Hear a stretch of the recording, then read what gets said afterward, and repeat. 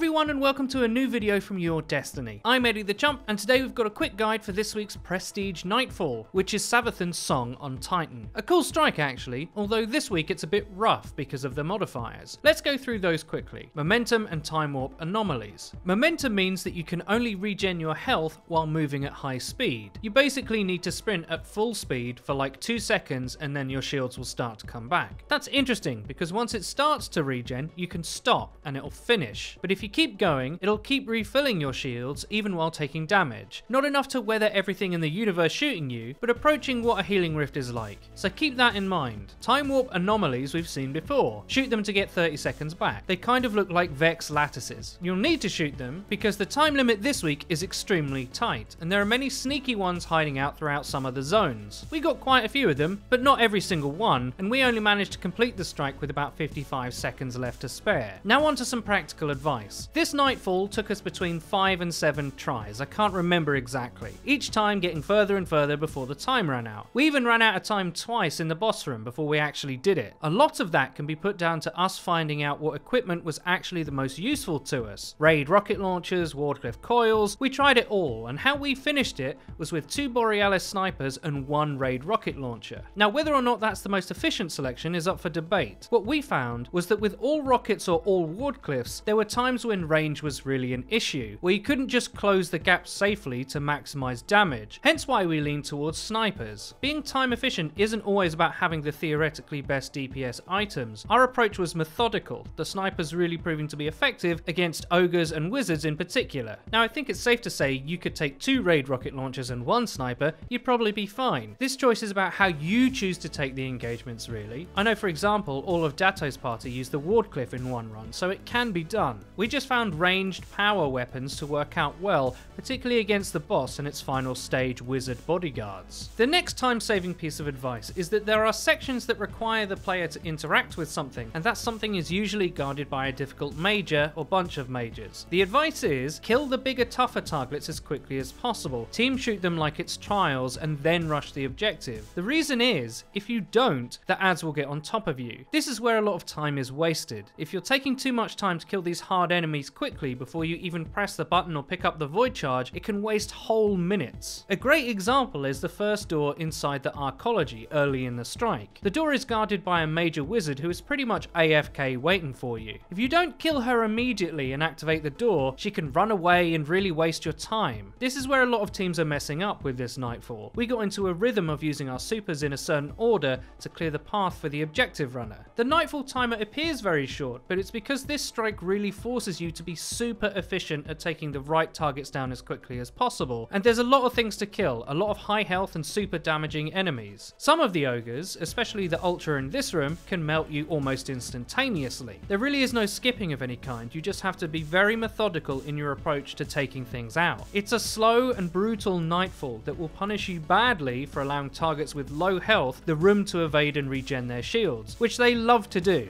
especially the knights. They seem to have all their cooldowns set to bare minimum. Oh, you broke my shield, have you? I guess I better put up this darkness wall and regen for the 5th time in 3 seconds. It's nails, actually. And I guess the overall advice is, you'll have to be highly organized as a team and accept that there will likely be a few dry runs for you to figure out what equipment best suits you. You should aim to get to the boss room with about 4 to 5 minutes left to have enough time. If you can do all that without tilting at how annoying some of the enemies are, you should be fine. I really hope you found this video useful. If you did, please don't forget to leave a rating. If you never want to miss another video of ours again, please click the bell icon next to the subscribe button on our channel to join the notification squad. You'll be in good company. And finally, please check out the Your Destiny Twitter. It's where you can find updates about new videos and other cool stuff. I've been Eddie the Chump, and until next time,